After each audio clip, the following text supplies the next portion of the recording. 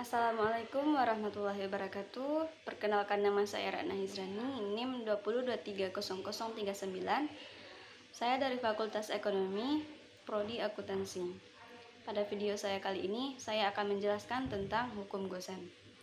Hukum Gosen adalah kaidah dalam ilmu ekonomi yang dikemukakan oleh ahli ekonomi Jerman yang bernama Hermann Heinrich Gosen. Hukum Gosen terbagi dua, yaitu hukum Gosen pertama dan hukum Gosen kedua. Hukum Gosen pertama merupakan generalisasi dari fakta berdasarkan pengalaman jika pemuasan keperluan terhadap suatu jenis benda tertentu dilakukan terus-menerus. Kenikmatannya akan terus-menerus berkurang sampai akhirnya mencapai suatu kejenuhan.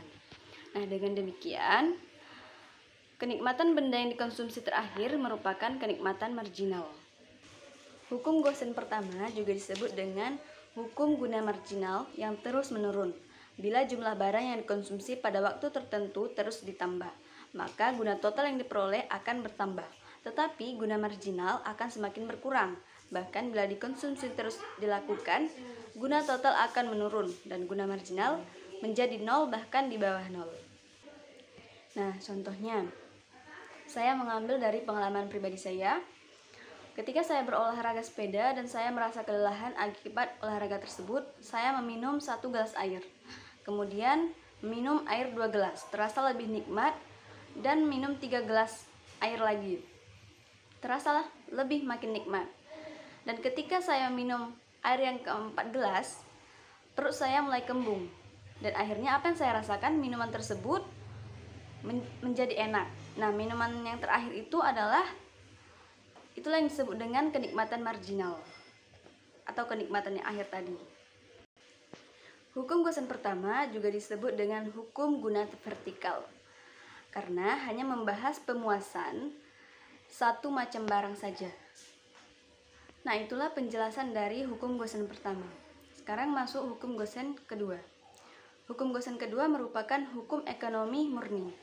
Hukum Gosen kedua berbunyi bahwa manusia akan berusaha memenuhi bermacam-macam kebutuhannya sedapat-dapatnya sampai pada tingkat intensitas yang sama. Nah, hukum Gosen 2 ini juga disebut dengan hukum guna horizontal karena membahas pemuasan terhadap bermacam-macam barang. Manusia akan berusaha memenuhi kebutuhannya bermacam-macam sampai pada tingkat kebutuhan yang sama.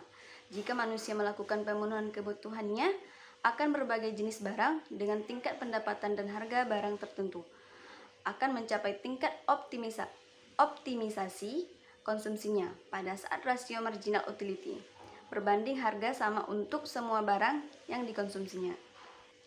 Contohnya, ketika saya berpuasa, saya merasa haus dan lapar. Maka saat berbuka pasti saya membutuhkan makanan dan minuman untuk memenuhi kebutuhan yang saya inginkan. Kemudian saya membeli minuman dan makanan tersebut sampai dengan batas kekenyangan. Nah, seandainya uang yang saya belikan tadi untuk membeli makanan dan minuman masih ada sisanya, saya akan memenuhi kebutuhan lainnya. Jadi itulah penjelasan saya tentang hukum Gosen 1 dan hukum Gosen 2. Baiklah, saya akan menutupnya dengan mengucapkan Assalamualaikum warahmatullahi wabarakatuh.